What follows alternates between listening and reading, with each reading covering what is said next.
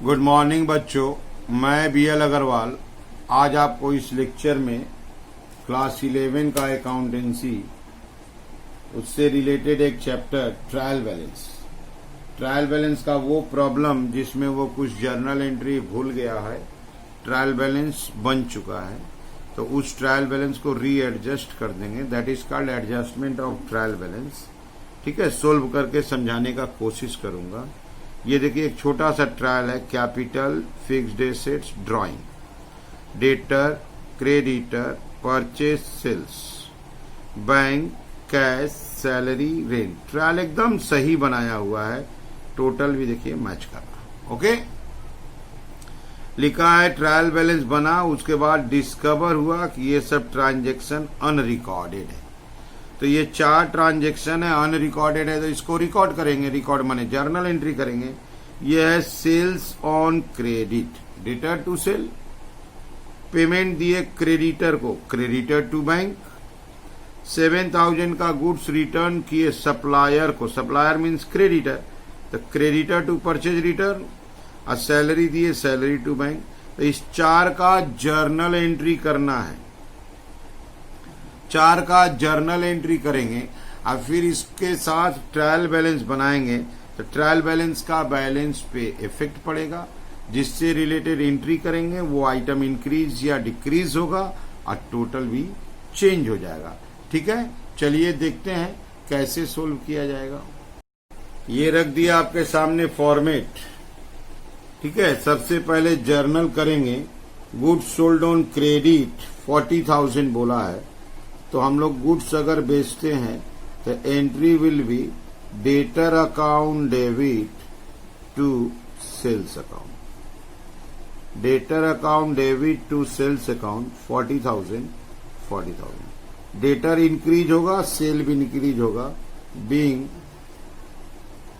Goods sold on credit. ये हो गया जर्नल एंट्री। इफेक्ट बोल रहे हैं डेटर भी प्लस होगा और सेल्स भी प्लस होगा। Amount paid to creditor, creditor को पैसा दिया गया, चेक दिया गया, तो क्रेडिटर को पैसा दिए, इसलिए creditor account debit to bank account, creditor account debit to bank account 22,000। Creditor को पैसा दिए हैं तो क्रेडिटर माइनस, अब बैंक भी minus, being amount paid to creditors. ठीक है, अब इसके बाद है परचेज रिटर्न है। 7,000 का गुड्स सप्लायर को रिटर्न किए, supplier means creditor, creditor account debit to purchase return, creditor account debit to purchase return account. Amount है 7,000। ठीक है, तो ये हो गया 7,000 being goods returned to supplier. अगर हम लोग सप्लायर को गुड्स रिटर्न करते हैं तो परचेज रिटर्न आएगा। अगर पहले से कोई परचेज रिटर्न है तो इंक्रीज हो जाएगा, क्रेडिटर से माइनस। ये हो गया effect. And last salary paid किया है, सैलरी अकाउंट डेबिट, चेक दिया है तो टू बैंक अकाउंट। अमाउंट है 15,000। सैलरी पेड किया, being salary paid in check.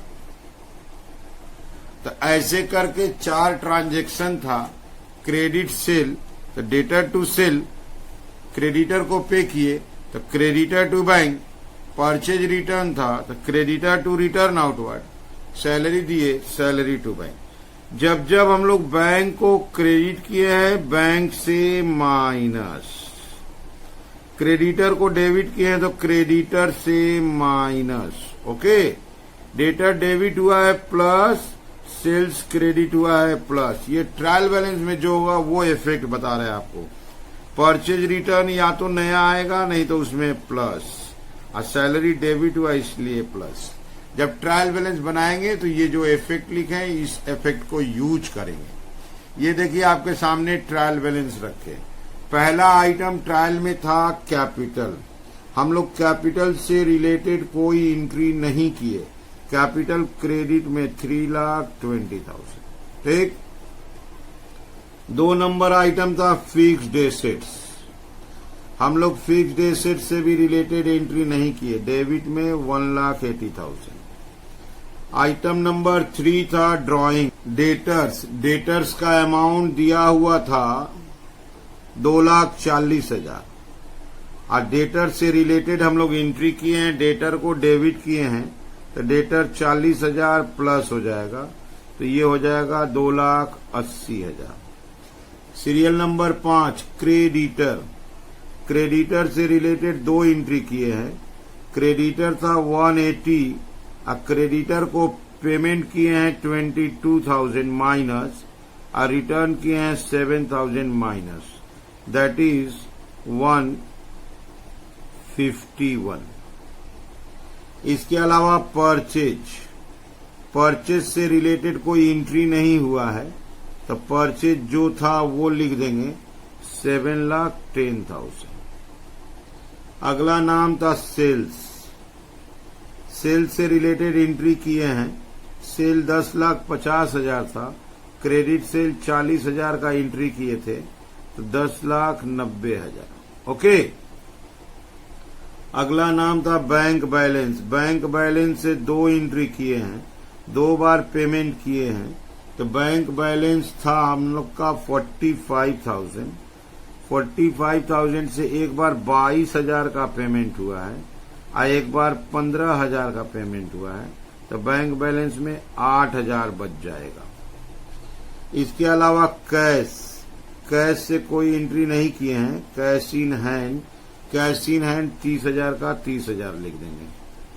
अच्छा, सैलरी। सैलरी से रिलेटेड एंट्री किए हैं। सैलरी था 1,65,000 और लास्ट एंट्री सैलरी का 15,000 पे किए हैं, तो सैलरी हो जाएगा 1,80,000। और एक आइटम है रेंट। रेंट से रिलेटेड एंट्री नहीं हुआ है, तो रेंट 120 का 120 आएगा। अगर नया नाम बोले तो परचेज रिटर्न एक नया नाम था, वो मिला नहीं, तो एक नाम बढ़ाएंगे purchase return. Purchase return 7,000 credit balance होता है।